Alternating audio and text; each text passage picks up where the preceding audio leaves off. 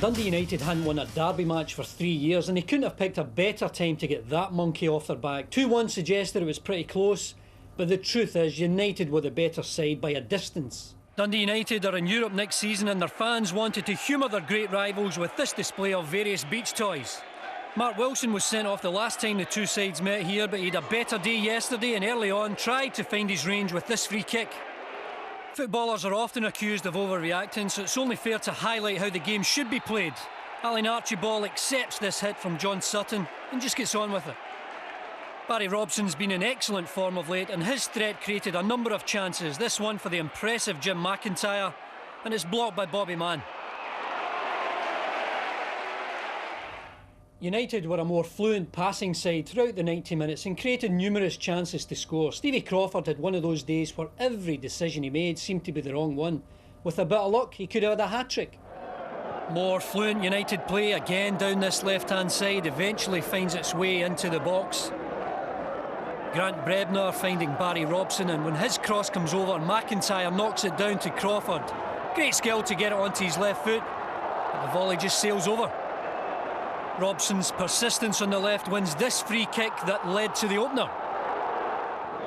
Mark Wilson's shot sneaks through a crowd of bodies for a somewhat fortunate goal, but they all count.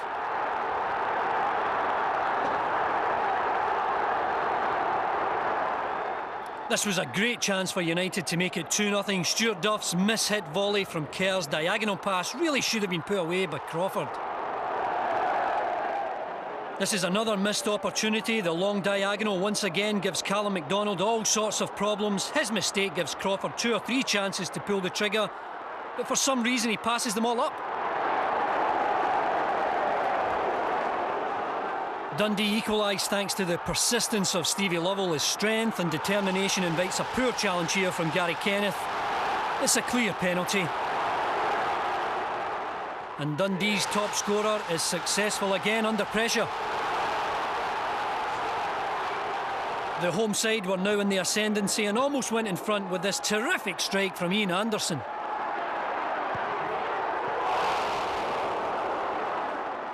But just as they'd been doing all day, United created another opening that led to the winner. Robson again, his penetration taking him past players. His deflected shots, well saved by Suter, but Scotland's momentum takes him to the byline. And there's a great striker's goal from all of 2 yards.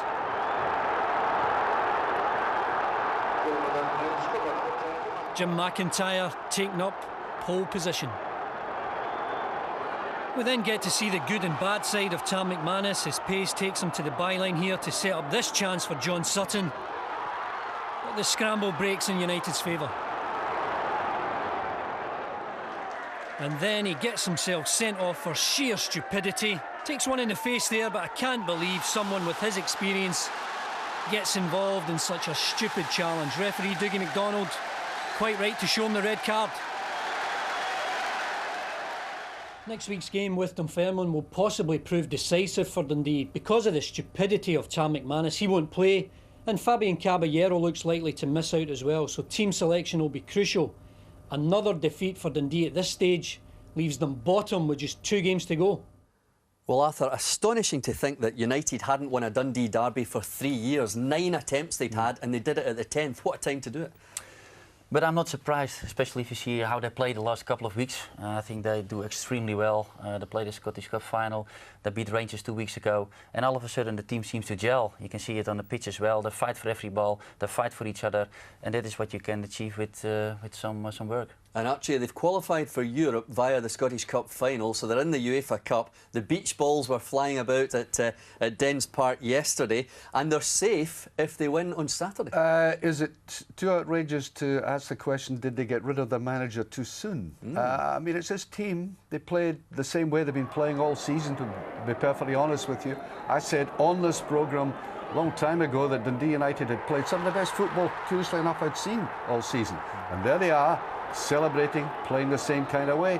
And you have to say, maybe poor old Ian was treated a bit harshly. Well, Andy, you can also look at it the other way, that Gordon Chisholm has put his own stamp on this team. I know it's the same players, but something's different. Yeah, something has changed their approach to it. I think he's been the spark to get more out of the players, and I think that's why chairmen sometimes react when they find their club under pressure. And you know, I just looking at this again. I mean, I know he takes a wee slap in the face there, but my goodness, that's extraordinary and extraordinary tackle from someone so experienced. And they'll miss him because they've got a vital game against Dunfermline next week, haven't they? Yeah, and you know, a defeat there for either side would prove decisive, I think, certainly for Dunfermline. But if Dundee were to lose, my goodness, they would go bottom with just a couple of games to go.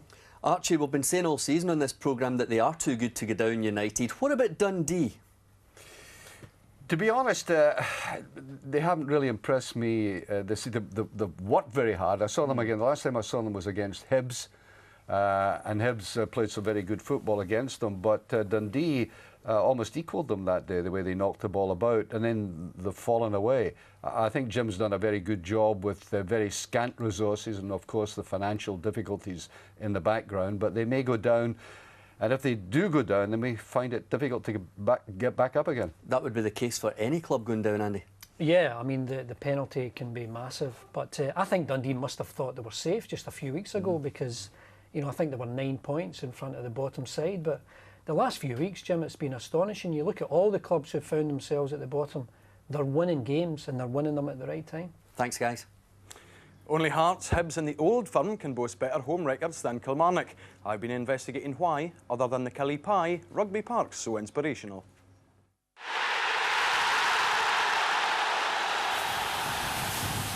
Football's all about realising your dreams, scoring goals, winning cups, your own cheerleading squad.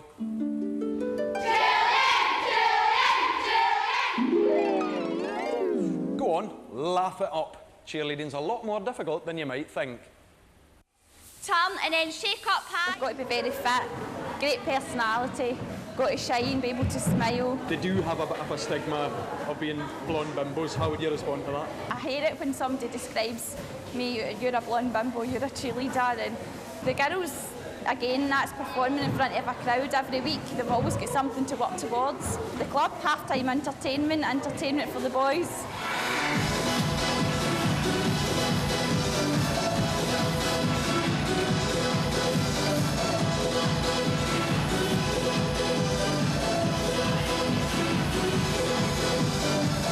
Oh, well, we're the Killie cheerleaders. It's really funny and exciting. People think we've got lots of boyfriends. There's something to do on a Saturday. It's nothing like that at all. I totally forgot the dance the first time I did it. Great fun. You feel dead nervous, you feel like you're going to be sick. Slip and fall, it's brilliant. It's so fun. So, if you're a football fan and you like to keep fit, you should think seriously about cheerleading. Before we go, a message for my favourite pundit, Andy Walker.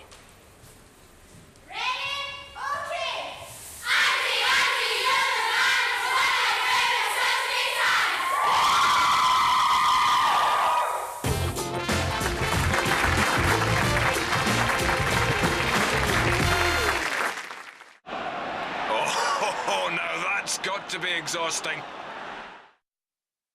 Never underestimate the capacity of small things.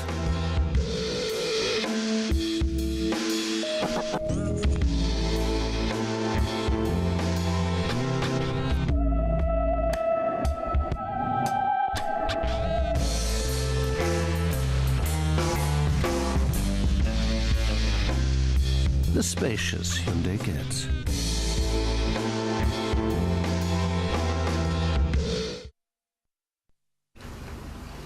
Get a free DVD from the new Joey series on special packs of fitness and enjoy breakfast with an old friend. Okay, we need a signal for which he's here. You have to let him go. With 2 DVDs to collect, 1 full episode on each. Breakfast's never been so tasty. Tomorrow it's the SES double discount sale. Know what that means? It means pay nothing till 2006 and double the discount. Like this sofa, now only $475. That's half price. It means you save over £700 on this leather sofa, now just $695. And this is double discounted to just $389. And you want to know more? You can even spread the cost with 3 years free credit on all these sofas. And remember, you pay nothing till 2006. The SES double discount sale. It means your quid's in. Open tomorrow.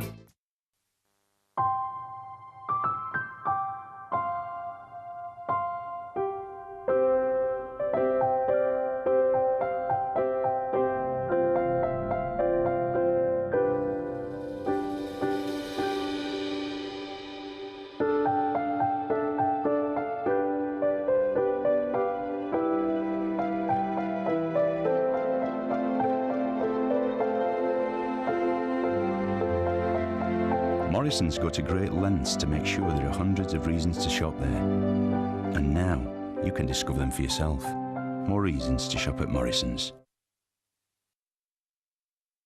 Oh, what a lovely pass. Well handled.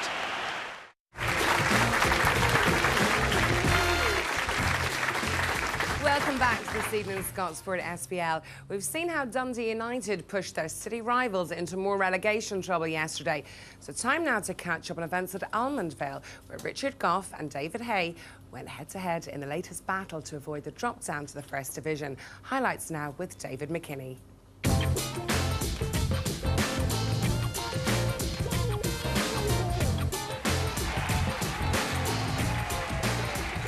No injury worries for Richard Gough, who went with 3 up front, and again neither side could afford to lose. Andy Todd missing for Dunfermline, who also went 3 up front, and their cause heightened by a lack of a win in their last 10 games. Gough, you feel, is starting to get it right at Almondvale, shooting down suggestions this week that he's been lucky, preferring instead to point out that his wheeling and dealing has paid off.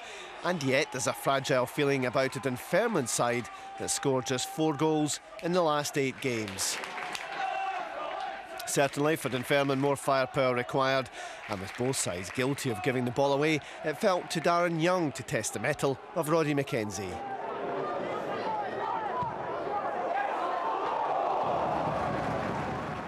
Young was the last Dunfermline scorer against Dundee some 3 weeks ago. Full marks for having a go. And having a go is exactly what Livy have been doing over the past few weeks. It's not so long ago we all had them dead and buried. A record of 2 defeats in the last 9 games have helped the cause. It was almost helped further by Burton O'Brien. The chance opened up for the Livy man. His shot altogether too slashed and altogether too wide. If Livy do stay up, Gough will look back at the contribution of Hassan Kachrul as telling. The Moroccan set up Derek Lilly for a chance that shouldn't have been missed so extravagantly.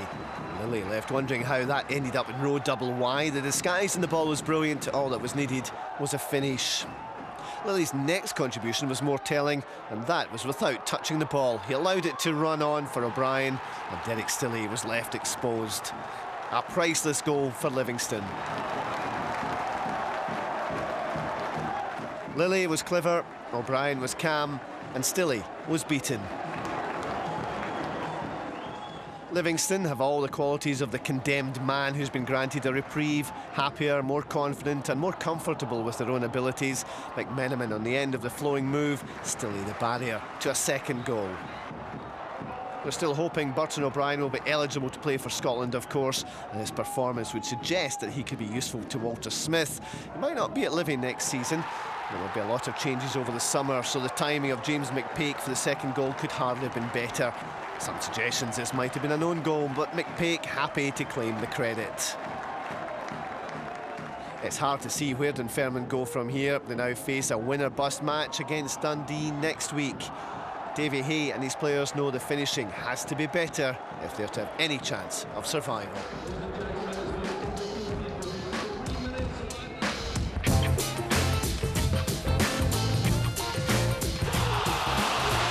If we hadn't won these 2 games against Hibs in today's game, we'd be right in trouble.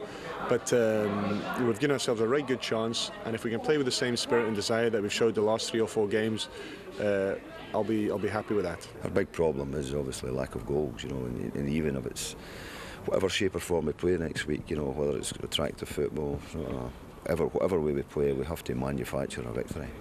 Because I think if we don't do that, then consequences are dire. Well, Arthur, Richard Gough and Archie Knox look as if they might just pull off the miracle. Well, he said it himself, 2 wins the last 2 games, very important. When he took over the job, it was a very difficult time because they were struggling as well. But again, 6 points the last 2 games, so that is, at the moment for them it's very important. But relegation.